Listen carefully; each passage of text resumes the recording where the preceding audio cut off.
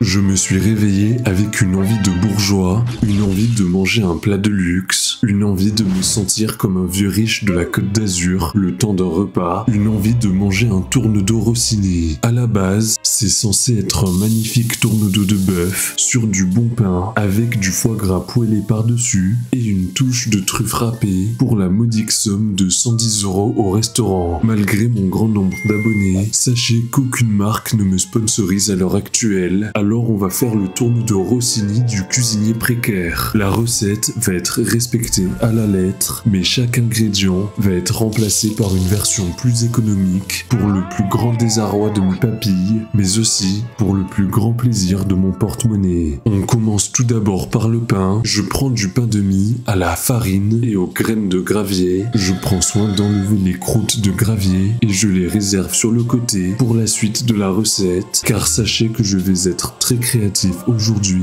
Je prends une poêle en fonte préchauffée et je viens y faire cramer un morceau de beurre, puis je viens y déposer mon morceau de pain en faisant attention à bien me brûler les doigts pour ajouter du goût. Toute recette de luxe passe par un dressage digne de ce nom. Je prends ma plus belle assiette en porcelaine achetée chez un distributeur discount et je viens y déposer ma tranche de pain parfaitement grillée. Elle est al dente comme diraient les Italiens, car sachez que j'aime beaucoup l'Italie. Pour le bœuf, je me suis un peu renseigné et le prix moyen du tourne-dos est de 32 € le kilo. Pour des raisons évidentes, et la thune, je vais prendre ce steak haché surgelé qui coûte seulement 12 € le kilo, sachant que je trouve ça déjà très cher pour de la viande surgelée. Abonnez-vous et mettez un like sur cette vidéo pour que je puisse enfin m'acheter un tourne-dos. Je reprends ma poêle en fonte bien chaude et je viens écraser mon steak dedans pour former la réaction de Maillard. Si tu ne sais pas ce que ça veut dire, sache que moi non plus,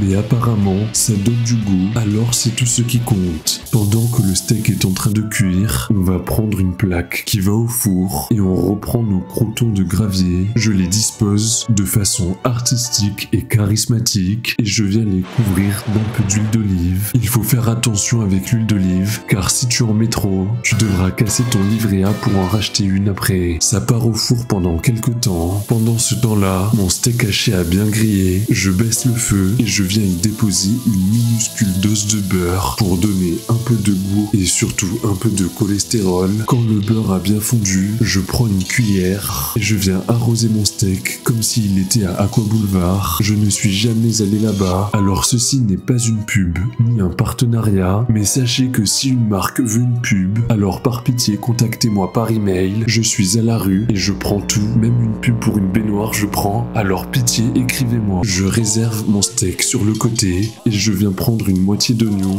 qui traînait dans mon pot à patates. L'instant du chef, c'est maintenant. Je vais cisailler mon oignon à la manière de mon chef préféré, j'ai nommé...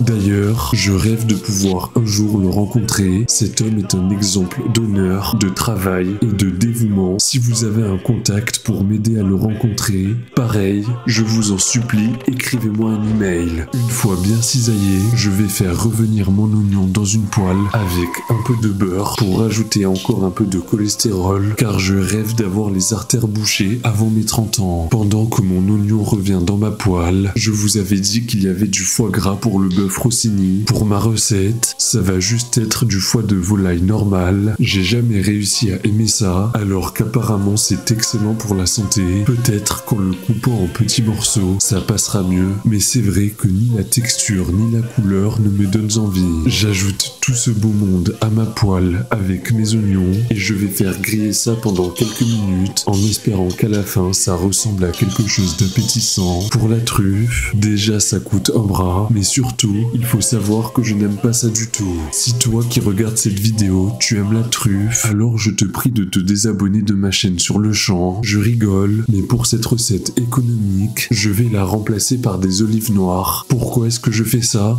Franchement, je ne sais pas, mais si je les coupe finement, alors visuellement ça ressemblera peut-être un peu à la truffe. On passe enfin au moment tant attendu, le dressage de mon tourne-dos Rossini du cuisinier précaire, le pain de gravier en toute première couche, mon steak haché parfaitement cuit sur le dessus, mon foie de volaille grillé à la perfection avec ses petits oignons par-dessus ça, et pour rajouter un maximum de goût, je vais déglacer mes oignons avec du vinaigre balsamique. La recette va être respectée à la lettre. Je crois que je fais n'importe quoi à cette étape, mais ça a l'air de bien rendre à l'image, alors je suis satisfait car je vis pour les caméras. Un joli filet de sauce déglacée dans l'assiette à la manière de Gordon Ramsay. Et maintenant, mes petites olives coupées finement sur le dessus. Et passons à la touche finale, mes croûtons de croûte de gravier qui viennent parfaire la décoration de ce plat gastronomique. Le plat est prêt, magnifique et surtout profondément ressemblant